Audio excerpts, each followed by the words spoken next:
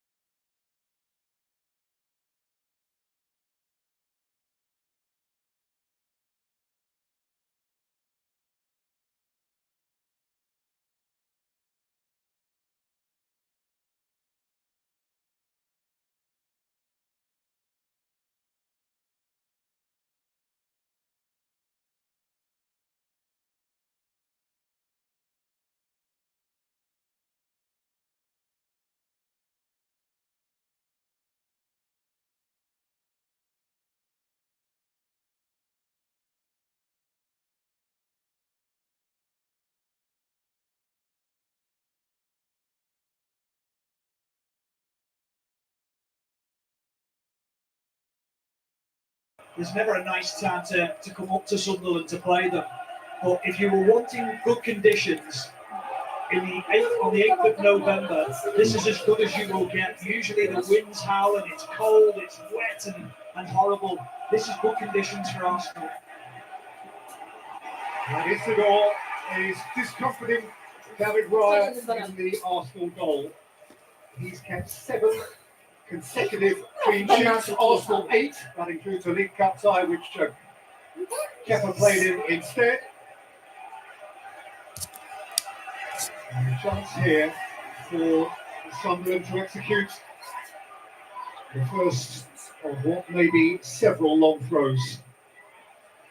Morty Mukiele, the right-sided of the 3 centre-halves, can propel this a long way.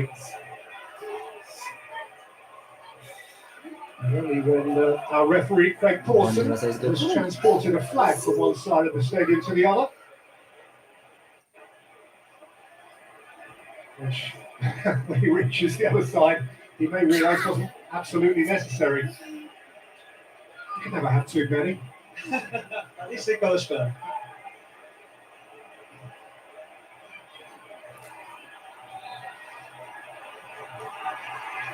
Going to launch it in. Distance towards the near post, it got its flick. Came out towards Traore.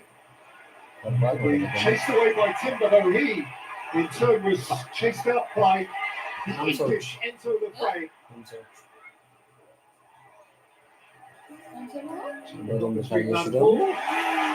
Sunderland throw. Brilliant pressure from Lopez. Timber's thinking, I'm not under pressure, this is quite easy. And then swarmed around by Lopez.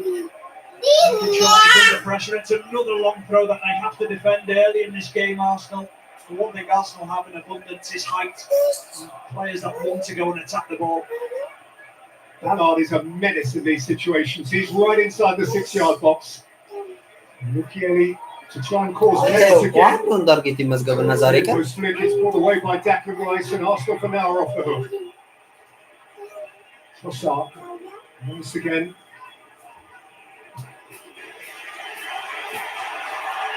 Fiore forced back. Gabriel, the Arsenal backline, of course, which is so unified, so mutually understanding. Each knows precisely where the other will be. Saka for Marino. The winning understudy centre forward, and he wins a throw. If you want to know how to lift the crowd, that's exactly how you lift the crowd. Press, worry, make it difficult for Arsenal. Set up on that right-hand side, and then as Isidore, who then set up on the 2 centre-backs. Brilliant from the Sunderland team.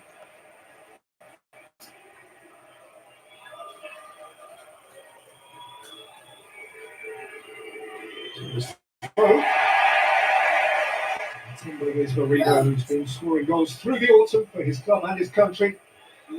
Now with Hetrauda, the Dutchman on the left side of Sunderland's back 3.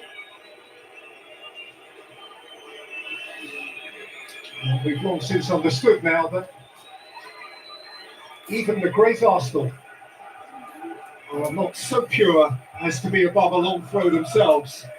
And Declan Rice is going to fling this one. Declan Rice little no? Declan Rice little no?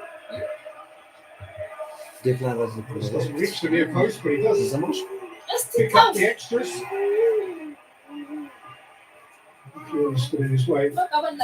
They by head shoulder.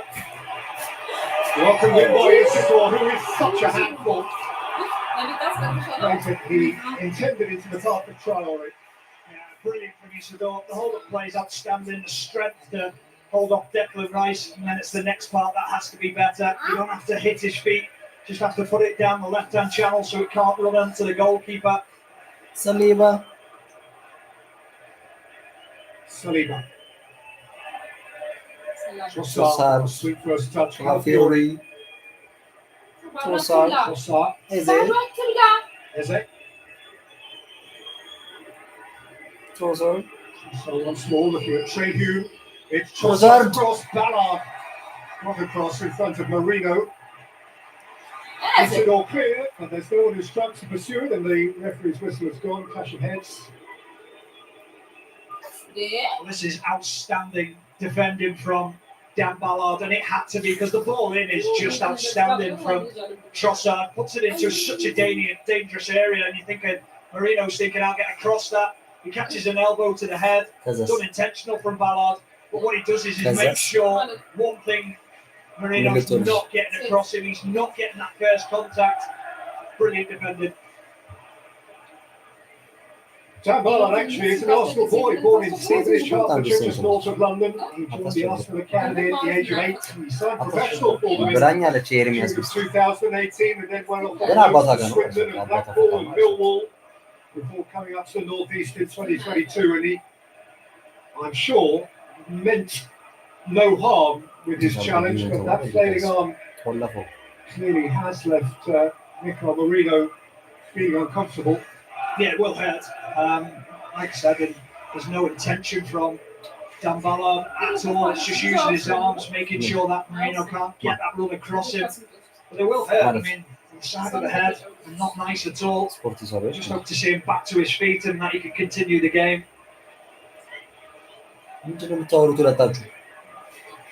Mikel Arteta is obviously bound to be wondering how he would deal with the circumstance of Marino not being able to continue. Marino, of course, himself an understudy striker.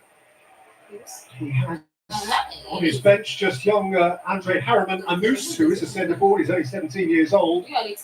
We've seen a couple that he co-direct to him.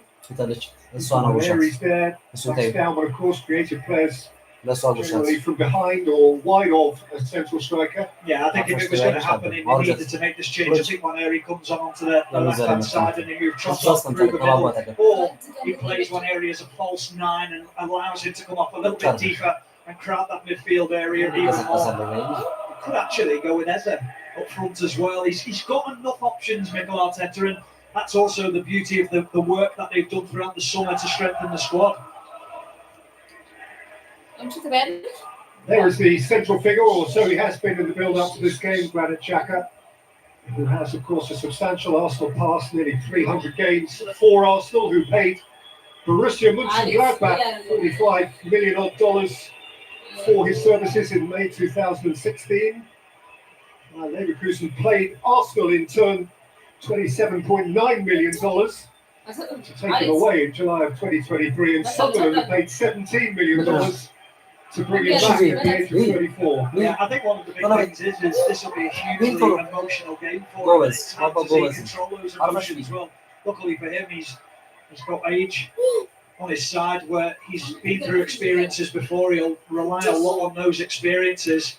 But the one thing he'll want today is a victory. He'll be desperate for that. Well, of those 225